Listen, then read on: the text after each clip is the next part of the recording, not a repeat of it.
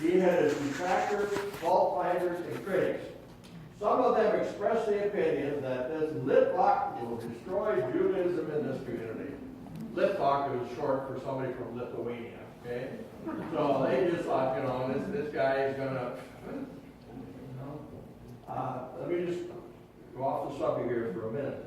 Years later, a man who was a German Jewish had died, and he wanted to be buried in his suit. Tradition was that he be buried in a shroud. Rabbi said, well, it's a tradition, but there's not a law about it. There's not, we can give on this one. Well, any of you work with ladies' aids? The society said, no, you're not going to. This is our tradition that you have to be buried in a shroud. So they prohibited Rabbi from officiating at this service if he was going to be buried in a suit. The family, and then of course he couldn't be buried in the cemetery. So the family went out, and it was the cemetery over here, Montefiore, was originally given, the land was given by, I think it was Budge of the community. But there was still some land on the other side that was available. And so this family bought that second part of that lot. And a rabbi came in from Minneapolis or St. Paul, Reformed tradition, and he buried this man. Now, Rabbi Papermaster went to the service, and afterward he said, I'm in a dilemma here. You're trying to dictate to me what our practices should be. And I'm telling you, based on my experience, that this was not, this was not the issue that you made it out to be. And you're threatening to fire me over this. What happened was, he said, from now on, I will not take a salary from you. Everything is going to be on a fee basis. So I will get a fee for conducting services. I will get a fee for doing circumcisions, all this type of thing. But he said, I never want to be in a position where you're dictating to me what I think God has told me through the scriptures. So that became a problem. Now, before too many years, the congregation split. And there were two synagogues on the same block. Okay? Don't laugh. Just down the block were 5 Lutheran churches. That's nothing new. Okay. Here's Rebbitzin child. I know she was very short because when we moved into the rabbi's house, there was a sink there. And the sink was so low, my mother couldn't use it. So the sink had to be brought up to a certain size. She was less than 5 feet tall. She was a very, very small woman. Okay, Shaya or Anna was born in Lithuania in 1868. Her father was a prosperous leather merchant, so that's where there was some money on that side, but not on the other side, as far as I know. Her oldest sister, Rikva, was married to Samuel Rappaport, Benjamin's older brother. Now, don't be put off by the fact that there's 2 different last names. That was very common. It had to do with avoiding the draft. In the Russian government, the oldest boy would not be drafted because he was needed at home. So they would find a family that didn't have a son, and then kind of informal adoption went on. So that was not unusual to have different last names. Okay, anyway, it's Samuel. Samuel's married to Rikva. At that point, Rabbi Papermaster's mother gets in the way and becomes the Yenta. becomes kind of the matchmaker in this case. And so they went to Rikva, and Rikva had a sister, Anna, and asked her if she would marry the rabbi who was over in America. And apparently they didn't know each other than knew the families, but she said yes, I'll marry him. Okay? 4 boys already. Okay? So the wedding arrangements were made through Samuel. They came over to America accompanied by the 4 boys in 1892, and she married Rabbi Papermaster on February 11th, 1892 in Grand Forks. She was 24 and he was 31. Now, were they compatible? Well, we'll see. The congregation built them a home in Grand Forks. They lived there the next 42 years. Well, they were compatible in some ways. These are the boys, okay? Bert, George, Nathan, Isidore, this is the one who wrote this wonderful history, and Sam. And then in front is a grandson, Roy, but Aaron is over here. This would be Henry, this would be Aaron, and this is Monesh. Monesh, or Morris, was a very sickly child, had rheumatic fever, and wasn't even able to get up to the 2nd floor of the house. And so Chaya spent much of her time taking care of him. He died when he was 19. This little boy is the father. This little boy is the father of the fellow who called me the other night, David Papermaster. He referred to this as a choir. I don't know if that's traditional or not. I didn't pick up on that. Okay. Now, the girls. Zelda, Leah, and Hazel. Okay. The story about the mother comes down through Zelda. Zelda's descendants wrote the story about Shia. Okay, now the Jewish community. This is just a small map of what Grand Forks was at the time. But the Jewish neighborhood was right in here. Now, I'll show you that a little closer. First Avenue, South, the railroad right here, First Avenue, 2nd Avenue, 3rd Avenue, and so forth. Here's where United Lutheran is today, so you get a sense. This is where the Senior Citizen Center is. The first synagogue was right here. Now this has all been torn down with urban renewal, and apartments are in there, so you would never recognize the neighborhood. But the first synagogue was right here on the corner, and I'll show you a picture in a minute. And the rabbi's house was right next to it. That's where I grew up. And the second synagogue was right there when they got into the disagreement. And the Hebrew school was over here, or the Cheder. And then a little known fact, the Grace Methodist was here. That was the black church in Grand Forks. There was a church just for blacks, for African Americans in town. And if you look at the wonderful book about American Daughter, which is about Arabelle Thompson, and out of the university there's the Arabelle Thompson Center. She writes in here a little bit about, she couldn't find housing any other place in the community, but she found housing with a Jewish family in here, in this neighborhood.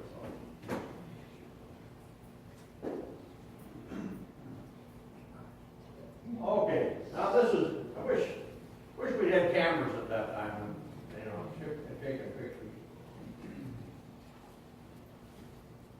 Try to. This is just a picture of a house in the area, but that's the way most of the houses looked. Okay, they were small, 25-foot lot kinds of houses. Bordered by Cottonwood Street to the east, railroad tracks to the north, 4th Avenue south to the south, and South 9th Street to the west. That was kind of the rough. There was nobody came to, down and said, these are the boundaries, this is the ghetto, that wasn't the way it was. But this is where most of the Jewish people, when they came, lived in this area because, again, Yiddishkeit, to be close to each other. Small houses, 2 synagogues and a cheder, destroyed by urban renewal. Okay, life in the Second Avenue neighborhood was a bustling affair. At one time, as many as 4 grocery stores were in operation. Visiting rabbis spoke often at the synagogue, and friends moved from house to house in a swirl of activities. If I had a time machine, I'd love to go back, and just see the neighborhood. But the early Grand Forks life had its dismal side too. Many families lived in cold frame houses with cows in the backyard. Papermasters had a cow in the backyard, and Chaya milked it every day.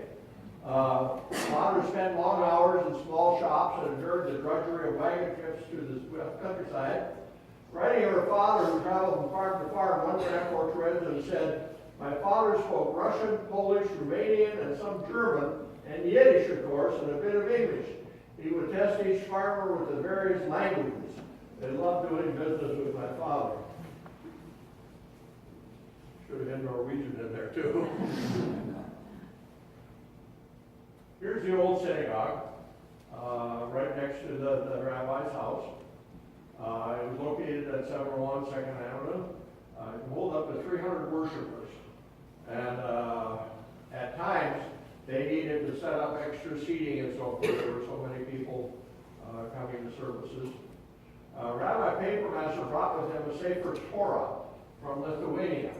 Now, that would be the first 5 books of the what we would call the Bible, or the Torah, and he brought that with him. And there is a Torah over in the synagogue here that we believe came from that first synagogue. However, when I talked to David, he said that the Torah that came with Rabbi Papermaster was what he called a laptop Torah, a very small one, so that he could take it with him on his travels, and that is in the possession of the Papermaster family. So, we want to make a note of that. What was that note from? 1937. That became our victory garden.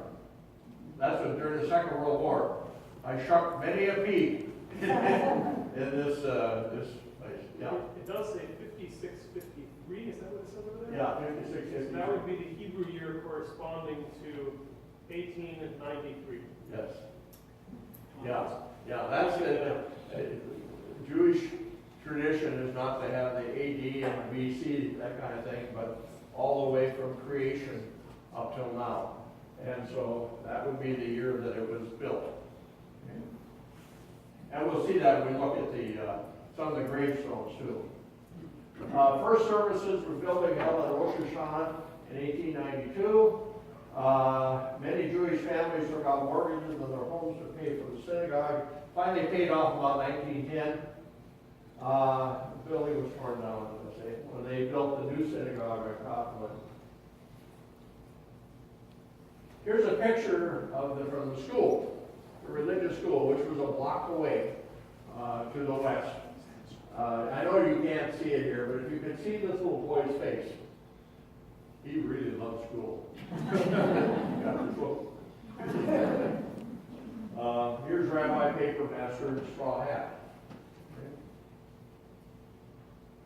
Located 800 block 2nd Avenue South, constructed a small school building with modern school desks and a blackboard about 1900.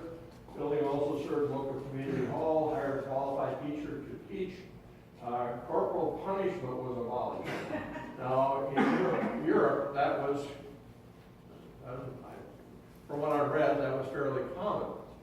But Rabbi abolished that. However, there is another story from Isidore, who said he and a couple of boys got into trouble in school one day, and so the teacher had to decide how to punish them. And he put them in somebody's chicken coop for 4 hours. I'm not sure whether I'd rather take something on the butt rather than in the chicken coop for 4 hours. Board of Inquiry was set up instead. Okay. Shortly after my father came to Grand Forks, he made sure that the Jewish children would get a Jewish and Hebrew education. He caused the purchase of a lot and a Talmud Torah, that would be the school, but also at other community hall too, and a lot of different things, was built. He served as a chater and a meeting place and a club room in which Jewish periodicals and books were kept. Services were held there during the cold winter months because it could be heated more economically than the big synagogue. The teacher, or Malamat, as he was called, was hired to teach the children. I don't believe this. The children loved the chatter. Different from my grandchildren, anyway. Spacious grounds about the building served as a playground for baseball and football, and many a game was played on these grounds. The Talmud Torah building also served as a meeting place for the Jewish community. During city, state, and national elections, political rallies were held in the building. Kegs of beer were brought in, and also pickled herring and cookies made by Mrs. Goldberg, which were all paid for by the candidates. The Jewish vote in Grand Forks was impressive. In the early years of the community, Grand Forks had a Jewish population of over 200 families. Here's just a cute story by somebody else, a fellow named Henry Klein, kind of reliving his childhood. He said, when I was a boy attending Chater, I just raised hell. When I was about 8 or 9 years old, I punched one of the teachers, tore another one's hair, and ran home. My mother understood my rejection of these incompetent old country teachers, but my father raised hell with me. But I wouldn't go back. The teachers couldn't explain what the prayers meant when I asked them, and I wouldn't go to Chater to learn by rote, not knowing what I was reciting. Rabbi Papermaster understood and told my father to let me alone. One day the rabbi came to my father and asked him if he could raise some money to bring a young man out from New York who was very learned and wanted to come to the West. The idea was that he would be able to prepare me for my bar mitzvah.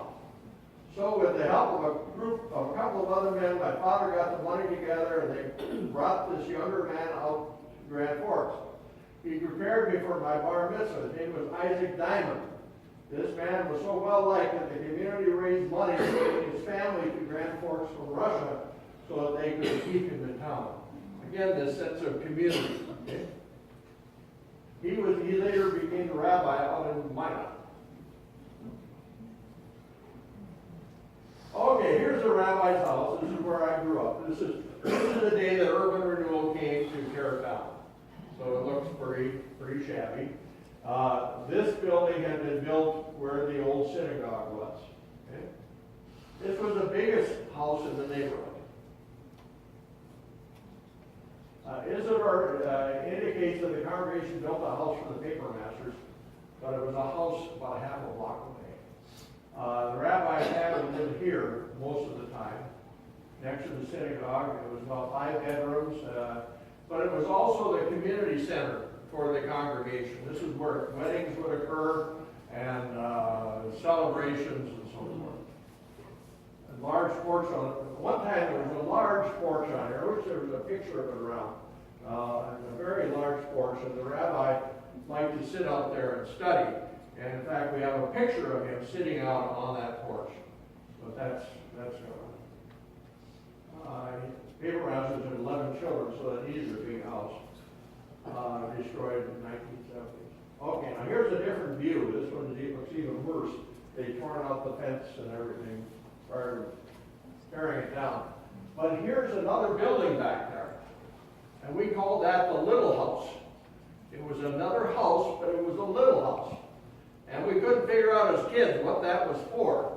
But we found out that the rabbi had set up kind of a store because where were Jewish people to buy things like mezuzahs? This is to go up on the doorpost of the house. Where were they to buy it in Grand Forks or even in North Dakota? So he set up this kind of a store where they could sell these kinds of things. Ruth brought this because it came from her husband's father's house. And it was traditional when you leave a house to take the mezuzahs with. Now, when we moved into this house, they were on all the doorposts, so I don't know what happened. And inside is a piece of paper, right? Parchment, and it's the Shema. Hear, O Israel, is one. What? I was saying, if you, sorry. I'm trying to be so quiet today, I can't. My dear wife, who usually. What's in her 2 cents? Yeah, okay, there. Okay, so that was a little house. Now I put together this drawing just so you could see a little bit of what this house was like. Here was the house itself. Here was the little house. Here was the barn. And on this end, they must have done the slaughtering. Okay? Because there was a concrete floor in there. My mind tells me there was a drain, but my intellect tells me there'd be no place to drain it to, so I don't know what that was. This was, as a kid, this was my hangout. A little tackle shop here on the end. That was torn down right after the Second World War. Little house, as I say, was a place where you could purchase things. In the house, right in here, down in the basement, there was this concrete structure with water coming into it, and the concrete was about that high where you came in the doorway, and then the rest of it was probably 4 feet high around there. And we assumed it was a mikvah, a ritual bath. We don't have time to get in, but Rabbi Papermaster was taken to court by one of his parishioners relative to the mikvah. Maybe if we have time later. So the mikvah was here. Now, this was the sukkah room, I believe. And I'll explain that to you here. Okay. Well, I don't think it'll come up in a minute. In my later years, I look back to the Grand Forks Jewish community and I'm reminded of the description of Jewish life in East European communities as pictured by such Yiddish writers as Sholem Aleichem, Mael Peretz, Mendel, the bookseller, and so forth. Second Avenue was known as the Jewish street. The odor of fresh-baked loaves of bread permeated the streets on Fridays. On summer days, with the windows open, one could hear the voices of the children singing in the Cheder, the Shir Haroshim, the Maftir, or the portion of the Okay. That's a memory for me too, as a paper boy. The odors, the foods, coming from the various houses. I was disappointed. Nobody said, "Won't you stay for dinner?" Okay, here's that sukkah. Sukkah,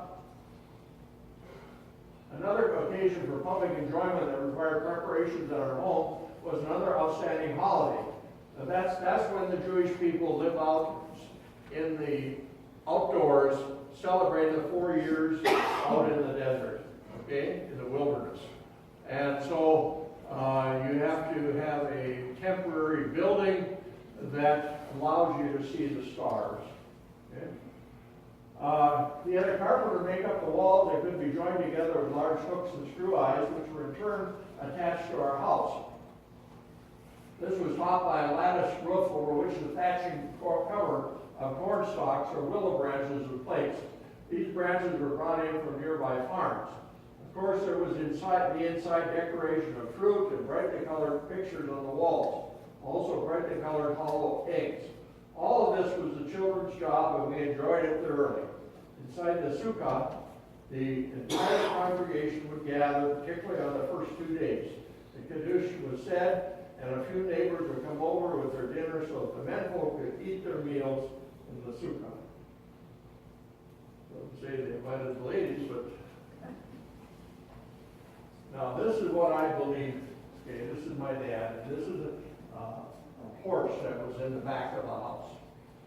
The roof was very strange in that the roof went up. okay? It was kind of built with like 4 shoulders up there, and then the roof itself kind of sat down on those shoulders, and there was a big telephone pole here with a pulley on it. And so what I think, and again, I'm just listening to a little kid with memories, but my memory is that, and we never tried it, but that they could pull up that hill and celebrate the Sukkah. However, it goes against most Jewish traditions because it was attached permanently to the house. Go ahead. It sounds like your recollection is probably correct in that it's only the roof that needs to be temporary. So that would be a perfect description. In fact, many affluent homes today in the bigger cities like New York, Chicago, have their living room with a roof that pops up. And they can put on the temporary covering. He was ahead of his time. And here in North Dakota, you had to be because in the South, where sukkahs are very temporary booths, temporary buildings, and we used to put it up when you were sheets, we put it up when you were just lattice work around, and you freeze to death here because it's a fall holiday. Yeah. Usually it's October time frame, so. October, November, we get a little bit chillier on. Yeah, right. Okay. Saturday evenings were always evenings of pleasure at our home in the early days. The men would gather after their evening meal to sing the Hasidic songs and dance their Hasidic dances. Each one would vie with one another in performing their special rabbi's favorite song and dance. Songs would vary from the Friday night Zemiroff to high holiday tunes. Boiled and dried peas and peanuts were served, and someone managed to see that there was a small keg of beer on hand for the refreshments. Here's another picture, but I know there's a couple of attorneys. I thought Judge Smith in there. I wonder if any of you recognize Sam Pallets.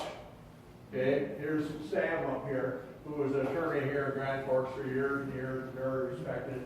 But these are members of his family for Passover Seder. And again, this is Isidore, the one who wrote the history about his father. Passover was always a busy season around our home. These supplies usually arrived around Purim time. By the way, we were privileged to go to a Purim service we were invited to, and the rabbi, I can't remember his name, young fellow, okay, he is a great grandson of Rabbi Papermaster. Okay, descended down through Zelda. Might I throw in there? Yes. Since that Purim party about 2 months ago, he's gotten engaged to a young woman from Toronto. Oh, Congratulations. good, because he was telling me that's something he had to accomplish.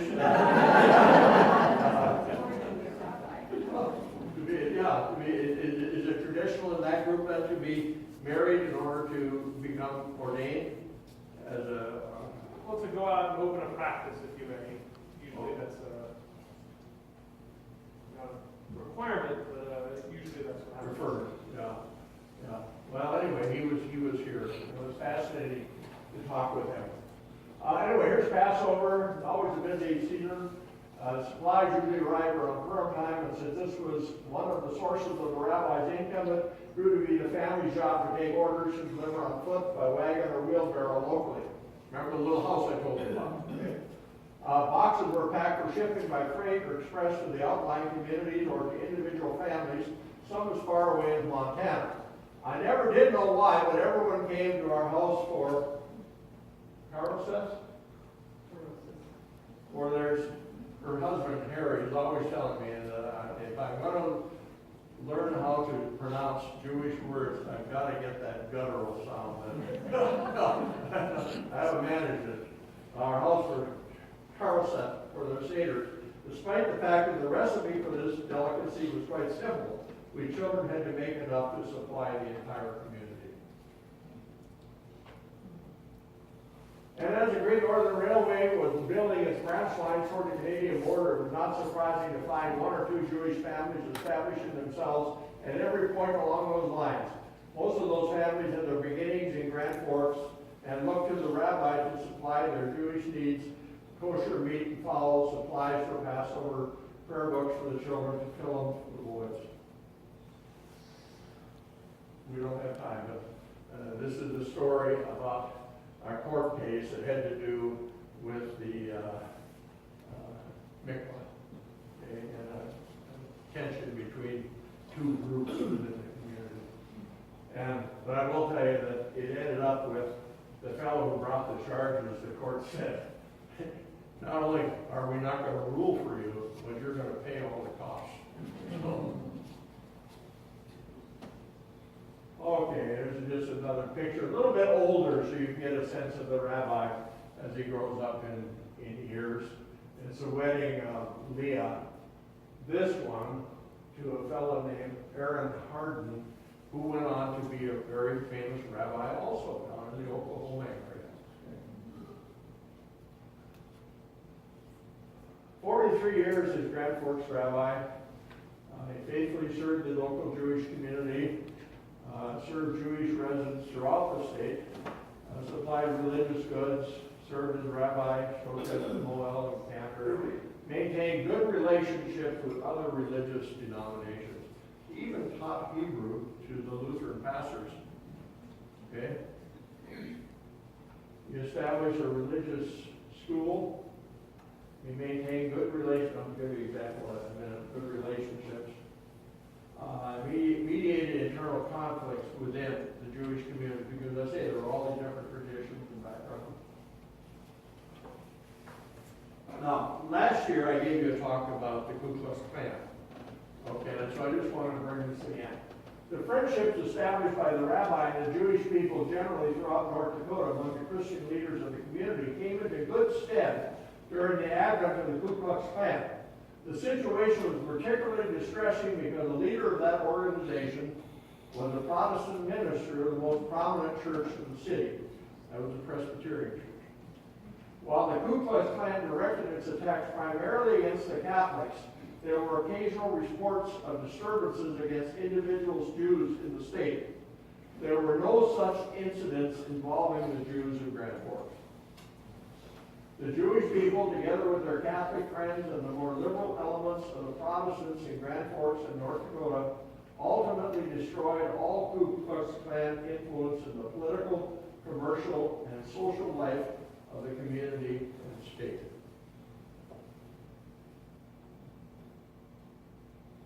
About what date would that be? What year would that be? That the Ku Klux Klan, or that would be